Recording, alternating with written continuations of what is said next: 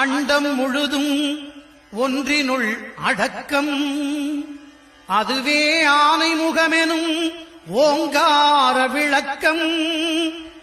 சுழலும் கோள்கள் அவன் சொல் கேட்கும், அவனை தொழுதால் போதும் நல்லதே நடக்கும்.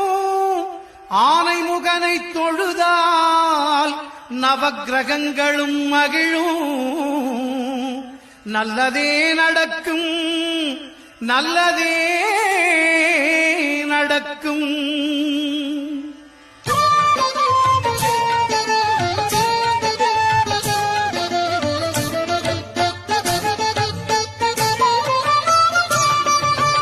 ஒன்பது கோளும் ஒன்றாய் காண அங்கு கற்பகம் என்னும் கடவுளின் மெய்யில்